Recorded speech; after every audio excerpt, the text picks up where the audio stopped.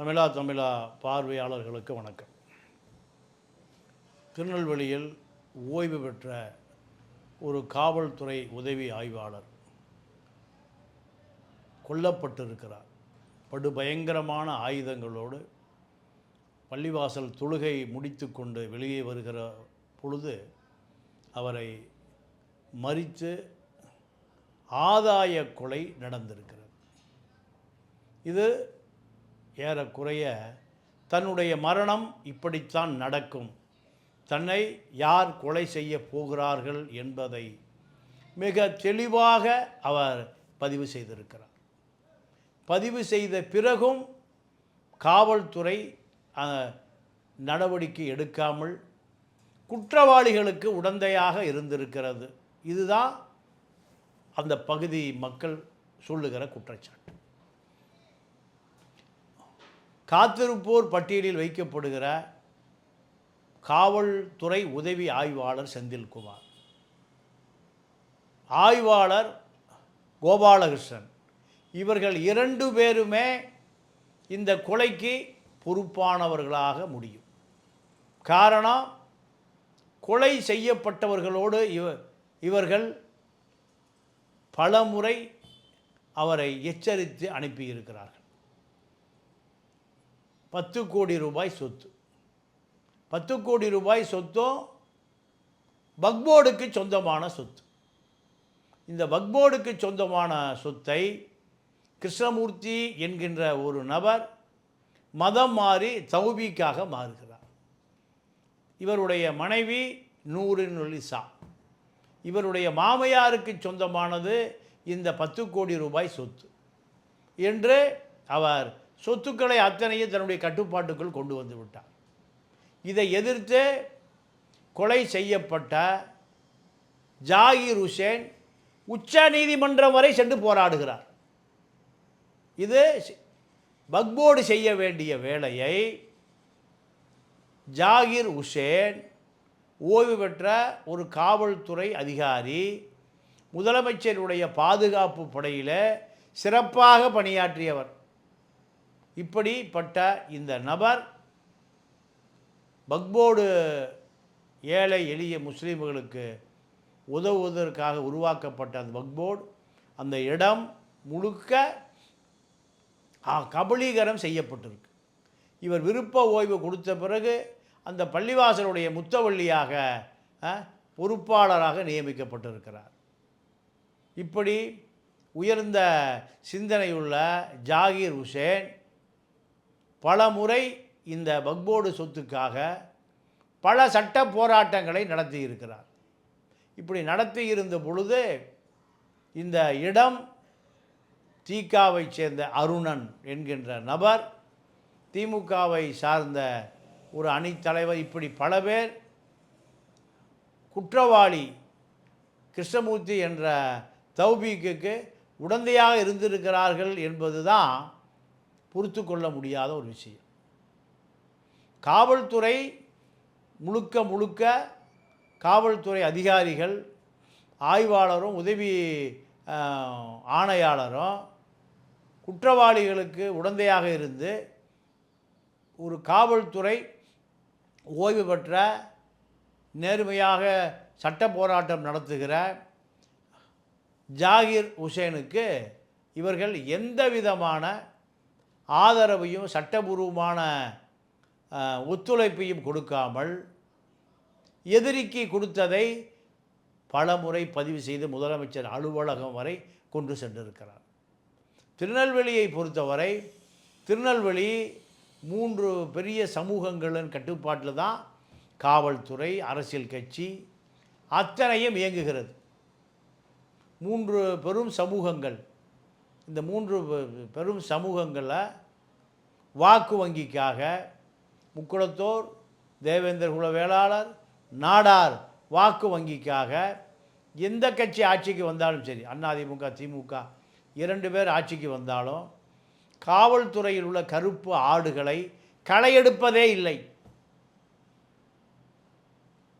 காவல்துறையில் டிஜிபியாக இருந்த ராமானுஜம் என்ற நேர்மையான மனிதர் தென் மாவட்டங்களில் உள்ள ஒரு குறிப்பிட்ட மேட்டுக்குடியைச் சேர்ந்த அதிகாரிகள் சிறுபான்மை சமூகத்தை, ஒடுக்கப்பட்ட சமூகத்தை வஞ்சிக்கிறார்கள், பழிதீர்க்கிறார்கள் என்ற குற்றச்சாட்டு தொடர்ந்து இருந்து கொண்டே இருக்கிறது. சாதிய கொலை, சாதிய ஆணவ படுகொலை மணல் மாஃபியாக்களால் தொடர்ந்து செய்யப்படுகிறது. வட்டி தொழில் கொடிகட்டி பறக்கிறது. இதையெல்லாம் தடுத்து நிறுத்த வேண்டிய காவல்துறை வேடிக்கை பார்க்கிறது, குற்றவாளிகளுக்கு ஆதரவாக இருக்கிறது. இது திமுக, அதிமுக இரண்டு கட்சிகளிலும் இருக்கக்கூடியவர்களுடைய ஆதரவோடு இது நடக்கிறது. காவல்துறையினுடைய கைகள் கட்டப்படுகிறது. நேர்மையான அதிகாரி வேலை செய்ய முடியவில்லை. ஊழல் அதிகாரி, லஞ்ச லாவணியமான அதிகாரி லஞ்சத்தை மேல் அதிகாரிகளுக்கு கொடுத்து அதே பணியிடத்தில் வந்து மீண்டும் அதிகாரம் செய்கிறார். இந்த அதிகாரத்தை துஷ்பிரயோகம் செய்கிறார். 3 மாவட்டங்களில், கன்னியாகுமரி, தூத்துக்குடி, திருநெல்வேலி போன்ற 3 மாவட்டங்களிலும் சட்டம் ஒழுங்கு மணல் மாஃபியாக்களுடைய கட்டுப்பாட்டில் இருக்கிறது. எஸ்பிக்கு மாமூல் போகிறது, கலெக்டருக்கு மாமூல் போகிறது, ஆளுங்கட்சிக்கு மாமூல் போகிறது, கனிம வளத்துறை அதிகாரிகளுக்கு லஞ்சம் கொட்டை கொடுக்கப்படுகிறது.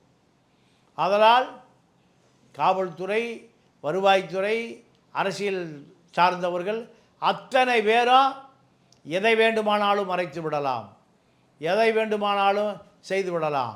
காவல்துறை உறுதுணையோடு இருக்கிறது, கட்சிக்காரர்களும் உறுதுணையோடு இருக்கிறார். ஆதலால் சட்டத்திற்கோ, ஜனநாயகத்திற்கோ, நீதிமன்றத்திற்கோ பயப்பட வேண்டிய அவசியம் இல்லை. தூத்துக்குடியில் பட்டப்பகலில் ஒரு விஓ கொல்லப்படுகிறார். மணல் மாஃபியாக்களால் கொடூரமாக கொல்லப்படுகிறார், கொலை செய்யப்படுகிறார். ஜாபர் அலி புதுக்கோட்டையில் மணல் மாஃபியாக்களால் கொல்லப்படுகிறார். இதெல்லாம் காவல்துறை அவர்கள் மதிப்பதே இல்லை. காவல்துறை அவருடைய கட்டுப்பாட்டுக்களே கொண்டு போய் விடுகிறார்கள். ஒரு மணல் மாஃபியா சொல்லுகிறார், நான் புதுக்கோட்டையிலே புறப்பட்டால் திருச்சி கமிஷனை பார்ப்பதற்காக வழியிலே நிற்கிறார், பல லட்சங்களை வாரி இறைத்து விட்டு போகிறேன். சென்னை போகிற வரை பல காவல்துறை ஆய்வாளர்கள், உதவி ஆய்வாளர்கள், கமிஷனர்கள், ஆணையாளர்கள் என்னுடைய வரவுக்காக காத்து கிடக்கிறார்கள் என்று சொல்லுகிறார். காரணம், இந்த அரசியல் சிக்கி சீரழிந்து சின்னாபின்னமாக போய்விட்டது. அதனுடைய விளைவு தான் ஜாகிர் ஹுசேன் கொல்லப்பட்டிருக்கிறார். 2 குற்றவாளிகள், கார்த்திக், பாட்ஷா என்ற போலி குற்றவாளிகளா, உண்மை குற்றவாளிகளா? இவர்களை நீதிமன்றம் அவர்களை தன்னுடைய கட்டுப்பாட்டில் எடுத்து விசாரித்தால்தான் உண்மை தெரியும். சங்கராச்சாரியார் வழக்கிலே குற்றம் சாட்ட முதல் முறை சரண்டரான அத்தனை பேரும் போலி குற்றவாளிகள் தான். அப்புவால் சரண்டர் செய்யப்பட்டவர்கள் தான். போலி குற்றவாளிகள் நீதிமன்றத்தில் சரண்டர் ஆகிற பொழுது நீதிமன்றத்திற்கு ஒரு சந்தேகம் ஏற்பட்டு குற்றவாளிகளை விசாரிக்கிற பொழுது கொலை செய்யப்பட்டவன் சிறைக்கே வரலை, போலி குற்றவாளி சிறையிலே அடைபட்டு கிடக்கிறான். ஜனநாயகம் ஏமாற்றப்படுகிறது, சட்டம் ஏமாற்றப்படுகிறது, காவல்துறை, நீதிமன்றம் அத்தனையும் ஏமாற்றப்படுகிறது. அதே போன்று தான் முழுக்க இந்த ஜாகிர் ஹுசேன் கொலையில் பல மர்மங்கள் அவிழ்க்கப்பட வேண்டி இருக்கிறது. கிருஷ்ணமூர்த்தி என்ற தௌபீக்கு என்ன பின்னணி, அவருடைய குற்ற பின்னணியை விசாரிக்க வேண்டி இருக்கிறது. நூறு நிசாவை திருமணம் செய்ததன் மூலம் அவர் தௌபீக்கா அல்லது கிருஷ்ணமூர்த்தியாகவே தொடர்கிறாரா? கிருஷ்ணமூர்த்தியாக தொடர்ந்ததனுடைய விளைவு ஜாகிர் ஹுசேன் மீது, அவர் மனைவி மீது பிசிஆர் வழக்கு பதிவு செய்யப்படுகிறது. பிசிஆர் வழக்கு பதிவு செய்யப்படுகிற பொழுது கிருஷ்ணமூர்த்தி தலித்தாக இருந்து முஸ்லீமாக மாறிவிட்டால் அவர் பிசியாக போய்விடுவார். Backward community, scheduled caste backward கம்யூனிட்டியாக மாறிவிடுவார். இப்படி மாறிவிடுகிற பொழுது அவர் எப்படி பிசிஆர், அதாவது ஒடுக்கப்பட்ட மக்கள் அவர்களை காப்பாற்றுவதற்காக போடப்பட்டதான் அந்த வன்கொடுமை சட்டம். வன்கொடுமை சட்டத்தை தௌபீக்காக வழக்கை போடுகிறாரா, கிருஷ்ணமூர்த்தியாக வழக்கை போடுகிறாரா என்றால் கண்டிப்பாக இதற்கு தௌபீக் என்ற கிருஷ்ணமூர்த்தி தான் விடை சொல்ல வேண்டும் நீதிமன்றத்திற்கு. இப்படி பல வழக்குகள் இழுத்து போவதற்கு காரணமாக இருக்கிறது. ஒரு காவல்துறை உதவி ஆணையாளரே லஞ்ச லாவணிய மூழலுக்கு உடந்தையாகி போய்விட்டால் அவர் கீழே பணியாற்றுகிற ஆய்வாளர், உதவி ஆய்வாளர், காவல்துறை கடைநிலை ஊழியர் வரை லஞ்சம் தலைவிரித்து ஆடும். மூத்த அதிகாரியே லஞ்சத்தில் சிக்கி தவிர்க்கிற பொழுது கீழ் நிலை அதிகாரிகள் அவர்களுக்கு பகடக்காயாக பயன்படுத்தப்படுவார்கள். பணத்தை வாங்கி கொண்டு வா, பணத்தை கொண்டு போய் அங்கு சேர். கள்ளப்பணத்தை பதுக்குகிற வேலையை கடைநிலையை காவல் நிலைய ஊழியர் அரசு சம்பளத்தை வாங்கி கொண்டு இந்த அதிகாரியினுடைய தனிப்பட்ட கள்ளச்சந்தை செயலுக்கு உறுதுணையாக்கப்படுகிறார். மறுத்தால் அவர் கடுமையான தண்டனை கொடுக்கப்படுவார். இவருக்கு உடந்தையாக இருந்தால் பணி காலம் முழுவதும் பணிக்கே செல்லாமல் பணம் வாங்கி தருகிற தரகு முதலாளி வேலையை செய்யலாம். இதுதான் காவல்துறையில் எழுதப்படாத சட்டமாக இருக்கிறது. ஆர்டர்லி காவல்துறை உயர் அதிகாரி வீட்டுக்கு மளிகை பொருள் வாங்கி தருபவராக பல காவல்துறை கடைநிலை ஊழியர்கள் பணியாற்றுவதை பார்க்க முடிகிறது. அதனுடைய விளைவு தான் காவல்துறைக்கு சங்கம் வேண்டும் என்று ஒரு போராட்டத்தை எடுத்து இன்று வரை வெற்றி கொள்ள முடியவில்லை. காவல்துறைக்கு சங்கம் இருந்தால் கடைநிலை காவல்துறை ஊழியர் மேலதிகாரிகளுடைய தனிப்பட்ட இச்சையை தீர்த்து கொள்வதற்கு அவர்கள் பயன்படுத்த முடியாது. இது இன்று வரை அரசு, உயர் அதிகாரிகள், அரசியல்வாதிகள் அத்தனை பேரும் காவல்துறையினுடைய கடைநிலை ஊழியர்களை அவருடைய நலனை பாதுகாக்கக்கூடிய சங்கம் அமைத்து கொள்ளுகிற உரிமை இன்று வரை கிடைக்காமல் தடுத்து விட்டார்கள். அப்படி சங்கம் அமைக்கப்பட்டிருந்தால் ஜாகிர் ஹுசேன் கொலை நடந்திருக்கார். கோபாலகிருஷ்ணனும் செந்தில்குமாரும் போடுகிற ஆட்டம் அத்தனையும் திருநெல்வேலி டவுன் காவல் நிலையத்தில் நடைபெற்று இருக்க வாய்ப்பில்லை. காவல்துறை அவர்களை கண்டித்திருக்கும். உயர் அதிகாரிகளுடைய அத்தனை தவறான செயல்களுக்கும் அவர்களை பயன்படுத்த முடியாமல் ஒரு நிலை உருவாக்கப்பட்டிருக்கும்.